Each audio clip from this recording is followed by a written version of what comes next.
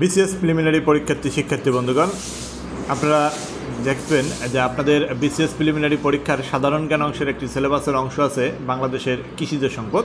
সেই বাংলাদেশের কৃষিজ সম্পদের অত্যন্ত গুরুত্বপূর্ণ একটি অংশ হচ্ছে ধান।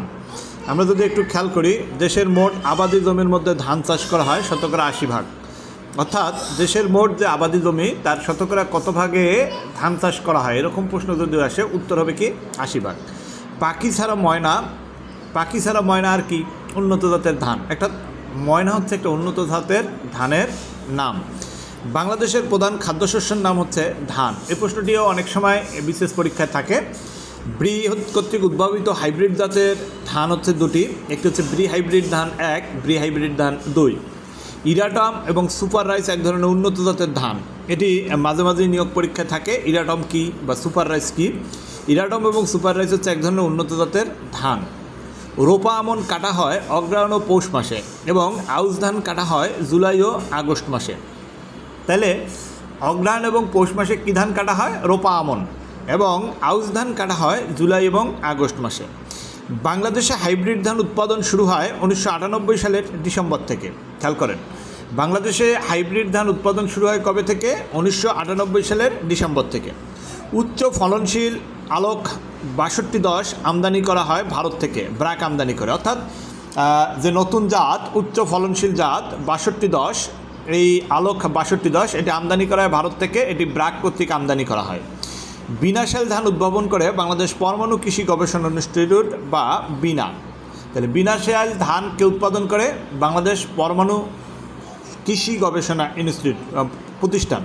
তাহলে আপনাকে যদি আবার এভাবে প্রশ্ন করে যে বিনা কি, বাংলাদেশ পরমাণু কৃষি গবেষণা ইনস্টিটিউটের সংক্ষিপ্ত রূপ হচ্ছে বিনা। বাংলাদেশের সবচেয়ে বেশি ধান উৎপন্ন হয় ময়মনসিংহ জেলায়। তাহলে বাংলাদেশের সবচেয়ে বেশি ধান কোন জেলায় উৎপন্ন হয়? ময়মনসিংহ জেলায়। বাংলাদেশের ধানের শ্রেণীভেদ 3টি। বাংলাদেশের যে ধান তার শ্রেণীভেদ কয়টি? 3টি। একটি হলো আউশ, আমন, বোরো। আউশ, আমন, বোরো।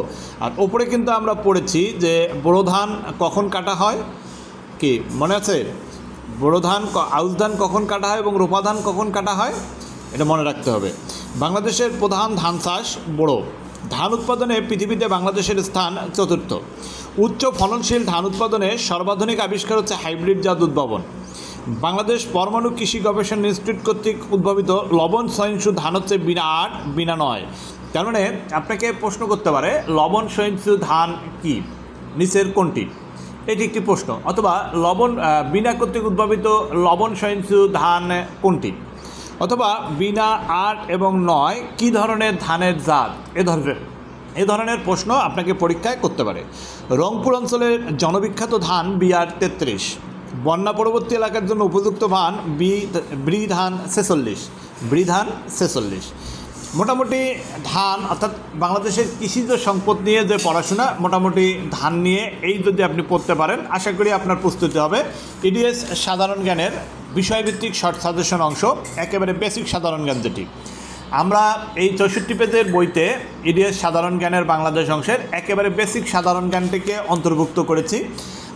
এখানে সাম্প্রতিক বিষয় নাই। আর আপনারা যারা নিয়োগ পরীক্ষার্থী আছেন তারা সাম্প্রতিক বিষয়, আপনাদেরকে অনেকে বলে যে সাম্প্রতিক বিষয় নিয়ে পড়েন। আমি সবসময় আপনাদেরকে বলি সাম্প্রতিক বিষয়টাকে অ্যাভয়েড করুন, বেসিক পড়াশোনা করুন। বেসিক পড়াশোনা করলে সুবিধা হচ্ছে এটি সবসময়ের জন্য প্রযোজ্য। আর একটা নিয়োগ পরীক্ষায় সাম্প্রতিক অংশ থেকে প্রশ্ন আসেই 2 থেকে 3টি। অর্থাৎ আপনি যে বিসিএস পরীক্ষা দেবেন সেখানে সাধারণ জ্ঞানের বাংলাদেশ অংশে মার্ক হচ্ছে কত জানেন তো? মার্ক হচ্ছে, আমরা যদি সিলেবাসে দেখি, বিসিএস 200 মার্কের যে পরীক্ষা আছে সেখানে মার্ক হচ্ছে পূর্ণমান হচ্ছে 30। এই 30 মার্কের মধ্যে আপনি সর্বোচ্চ 2 বা 3 নম্বর পাবেন হচ্ছে সাম্প্রতিক।